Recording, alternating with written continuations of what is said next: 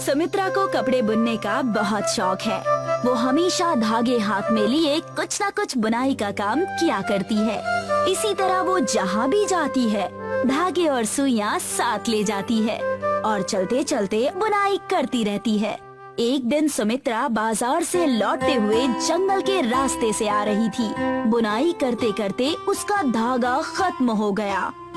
ओहो, इस धागे को भी अभी खत्म होना था। पहले ही खत्म हो जाता तो बाजार से नया धागा ले आती। अब क्या करूं? तभी सुमित्रा की नजर जंगल में एक विशाल पीपल के पेड़ पर जाती है जिस पर बहुत सारे धागे बंधे हुए हैं। लगता है बाजार से धागा लेने की जरूरत नहीं है। जब फ्री में धागा मिल रहा है तो पैसे क्यों खर्च करने? सुमित्रा इधर उधर देखती है। उसे रास्ते पर कोई भी दिखाई नहीं देता और वो जल्दी से जाकर पेड़ से धागा निकालने लगती है और उससे एक बड़ा धागे का गोला बना देती है। जैसे ही वो धागा निकालती है वो पेड़ जोर जोर से हिलने लगता है और आसपास तूफान सा माहौल बन जाता है। सुमित्रा को कुछ भी समझ नहीं आता। लगता है तूफान आने वाला है, इसीलिए तेज हवाएं चल रही है। जल्दी से घर जाती हूँ, नहीं तो यहीं फंस जाऊंगी। सुमित्रा धागे का गोला लेकर वहाँ से घर की तरफ चली जाती है। जैसे ही वो गांव में प्रवेश करती है तो वो देखकर चौंक जाती है कि उसका पूरा गांव पूरी तरह से बदल गया है। ये क्या हो गया? पता नहीं हमारे गांव को क्या हो गया है। चारों तरफ बस धागे ही धागे बंध गए हैं। ऐसा लगता है जैसे हमारा गांव शापित हो गया है। पर अचानक से कैसे हो गया ये सब? किसी को कुछ भी नहीं पता। अचानक से तेज हवाएं चलने लगी और सारा गांव धागे का बन गया। हाँ, मैं भी जंगल से लौट रही थी, तभी अचानक से पेड़ तेजी से हिलने लगे और मैं घर की तरफ दौड़ पड़ी। घर चलते हैं, नहीं तो हम यहीं फंस जाएंगे। सुमित्रा और रामेश्वर अपने अपने घर की तरफ चल पड़ते हैं। धागे का गांव बनने से गांव वालों को बहुत सारी तकलीफों का सामना करना पड़ रहा था। बच्चों को स्कूल जाने के लिए बहुत लंबा घूम कर जाना पड़ रहा था, जिससे उन्हें स्कूल में पहुंचने में देर हो जाती है। क्या हुआ सिमरन, आज तुम्हें इतनी लेट हो गई? मैम, हमारा पूरा गांव धागे का बन गया है, जिससे सारे रास्ते बंद हो गए हैं और हमें स्कूल आने के लिए गांव के पीछे जंगल की तरफ से होकर आना पड़ा और इसी में देर हो गई। कोई बोलता है धागे का गांव तो कोई बोलता है किसी अंधे को रास्ता पार करवा रहा था। मैं अब पूरी तरह से थक चुकी हूँ। मैं चली इस्तीफा देने। सॉरी मैम, मैं अगली बार से जल्दी आने की कोशिश करूँगी और मैंने होमवर्क भी कर लिया है, सारा का सारा, और वो भी 2 बार। कोई बात नहीं, बैठ जाओ। राधा कुएं से पानी का मटका लेकर घर की तरफ जा ही रही होती है कि उसका पैर धागे से उलझता है और वो गिर पड़ती है। हे माँ, आज फिर से मेरा मटका टूट गया। घर में माँ की डांट सुननी पड़ेगी। राधा धागों से खुद को बचाते हुए घर की तरफ चल पड़ती है। कुछ बच्चे जो शाम को खेलने के लिए गए थे, रात होने पर भी वो घर नहीं लौटते, तो सभी बच्चों के घर वाले बहुत परेशान हो जाते हैं। रोहन, कहाँ हो तुम? घर आ जाओ, बहुत रात हो गई है। सुप्रिया बहुत आवाज लगाती है पर उसे रोहन का कहीं भी पता नहीं चलता। तब वो अपने बगल वाले घर में पूछने जाती है, भैया, क्या आपके बच्चे घर आ गए? नहीं, शाम को खेलने गए थे और अभी तक किसी का कोई अता पता नहीं है। रोहन कहाँ है? रोहन भी अभी तक घर नहीं लौटा। मुझे तो बहुत चिंता हो रही है। चलो जाकर देखते हैं। सुप्रिया, शिवम और बाकी कुछ लोगों को लेकर बच्चों को ढूंढने के लिए प्लेग्राउंड की तरफ चल पड़ती है। बहुत ढूंढने और आवाज लगाने के बाद भी उन्हें बच्चे झाड़ियों की तरफ दिखते हैं। सभी माँ बाप झाड़ियों के पास आते हैं और देखते हैं कि उनके बच्चे झाड़ियों में धागों में पूरी तरह से उलझे हुए हैं।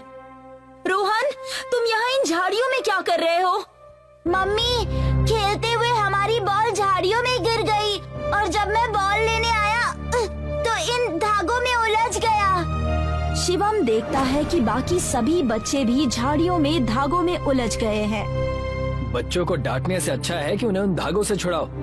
सभी माँ बाप झाड़ियों में अटके अपने बच्चों को छुड़ाने की कोशिश करते हैं।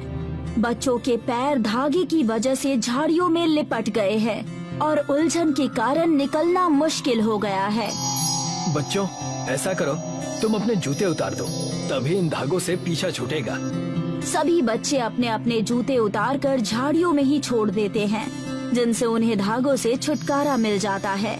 सभी माँ बाप अपने बच्चों को लेकर धागों से बचते हुए अपने अपने घर चले जाते हैं। चारों तरफ धागे फैल जाने की वजह से सभी गांव वाले बहुत परेशान थे। किसी को भी समझ नहीं आ रहा था कि आखिर ये किसकी गलती की वजह से हुआ है। लगता है ये सब मेरे धागे चुराने की वजह से हुआ है। अगर मैं गांव वालों को बता दूंगी तो सभी लोग मुझे बहुत डांटेंगे और मुझे इसके लिए जुर्माना भी देना पड़ेगा। इसलिए अच्छा ये है कि मैं अपना मुंह बंद ही रखती हूँ। सुमित्रा किसी को भी कुछ नहीं बताती। अगले दिन जब सुमित्रा मटका लेकर पानी लेने के लिए कुएं पर जाती है, वो मटका भरती है और घर के लिए आ रही होती है कि रास्ते में उसका पैर धागों से उलझ जाता है और वो वहीं गिर पड़ती है। रास्ते में गिरे कुछ पत्थरों की वजह से उसके हाथ और पैर पर बहुत गहरी चोट लग जाती है। ओ माँ, मर गई, मेरा हाथ टूट गया, मेरे पैर में मोच आ गई है। हे भगवान, ये किस चीज की सजा दे रहा है तू मुझको? सुमित्रा समझ जाती है कि ये सब उसके किए पाप की वजह से ही हो रहा है। इसलिए वो सभी गांव वालों को एक पंचायत में बुलाती है और उनके गांव के बड़े पीपल के पुराने पेड़ के नीचे पंचायत होती है। सभी लोग वहां आते हैं और पीपल के पेड़ को प्रणाम करते हैं। हे पीपल देवता, ये हमारे गांव को क्या हो गया है? पूरा गांव धागों का बन गया है। इस गांव को मेरे सौतेले भाई का श्राप लगा है।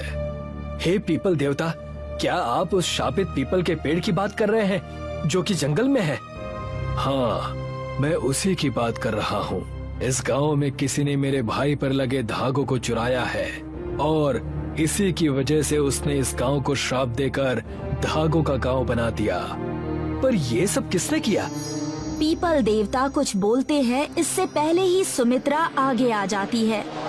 मुझसे गलती हो गई पीपल देवता, ये सब मैंने किया है, मुझे माफ कर दीजिए।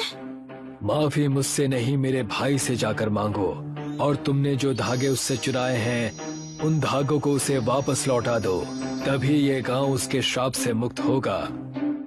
सुमित्रा धागे का गोला लेकर जंगल में जाती है और उसे पीपल के पेड़ पर उसी तरह से लपेट देती है जैसा कि उसने निकाला था। धागा लपेटने के बाद फिर से पेड़ हिलने लगता है और एक तूफान सा आ जाता है। सुमित्रा पीपल के पेड़ से माफी मांगती है और अपने घर की तरफ आ जाती है। वो गांव में पहुंचती है और देखती है कि उसके गांव से सभी धागे खत्म हो गए हैं और उसका गांव पहले की तरफ साफ सुथरा और खुशहाल हो गया है।